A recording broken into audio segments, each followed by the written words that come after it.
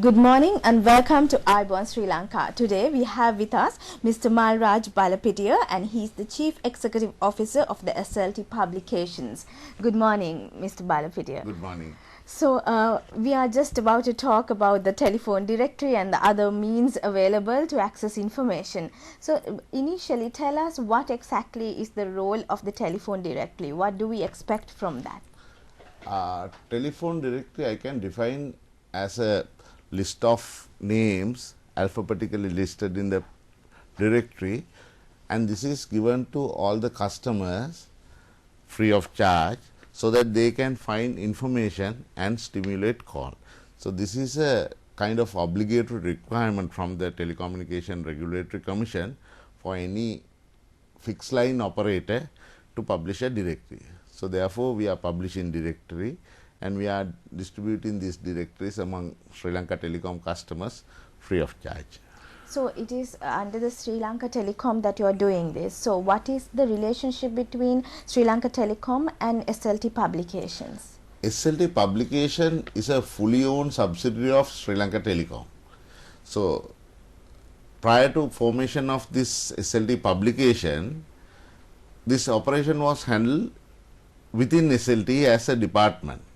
So later, because this is not the core business of SLT and it is different from the normal teleco activities, therefore management took a strategic decision to formulate this fully owned subsidiary. So SLT Publication is a 100% owned subsidiary of Sri Lanka Telecom. Now, because Malaysian stakeholders also have shares in Sri Lanka Telecom, is there any contribution from the Malaysian stakeholders in the process of publishing the directories as well? Yeah, they are always supporting us. They are giving some ideas and they are always supportive. But the entire operation is handled by SLT Publication Limited. So what is the history like? When did it start happening, publication of the directories? We have a long history.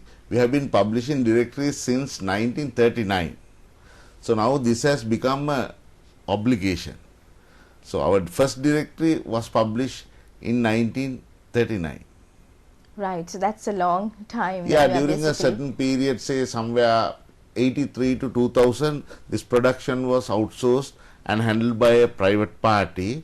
But after that we started our own operation with the brand name of Rainbow Pages, and now we have been publishing and we are the only directory publisher in Sri Lanka. No other classified directories available in Sri Lanka now. Why is it that? Why is it that you all are the only publishers? Can't anybody else also publish directories like this? The issue is the circulation. Anyone can publish directories, but you see now in Sri Lanka Telecom we have about 1.5 million customers. To give these directories to entire customer base incur very high cost.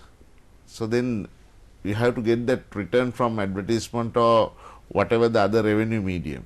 It's very difficult for someone to start a directory and ensure comprehensive circulation. So we have a very comprehensive circulation.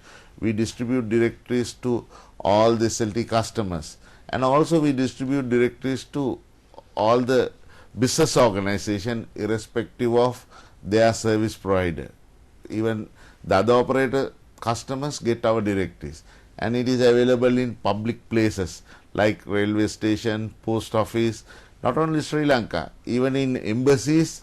It is available in overseas missions.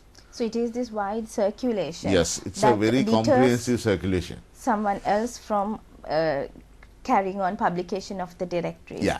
But also, Mr. Balapitiya, now when you talk about the distribution outside the Western province, say Northeastern province, is it sort of distributed equally in all the provinces, or how does that Yes, happen? our customer base is more or less 50% in Western province and 50% in other provinces. We publish 5 directories, 1 directory for Western province, and there are other 8 provinces. We amalgamate 2 provinces together and publish 1 directory for that particular area. For example, North and East, they are getting 1 directory. southern Sabaragamu provinces, they get one directory. Like that, there are 4 directories in outside Western province. So basically, we are publishing 5 directories. So what is like the usage of these directories? It's very high because this is a very informative document. For your day-to-day life, there are so many the contact details available in the directory. Whether it is a government organization or a private organization, any product or services, everything is available. Very especially this classified business section we call the rainbow pages. It's very useful for someone to find some product or service. What is exactly meant by the classified business classified section is the place where we place the listings of product and services. There are over 1,300 product and services available in directory. So those are alphabetically listed in the classified business section.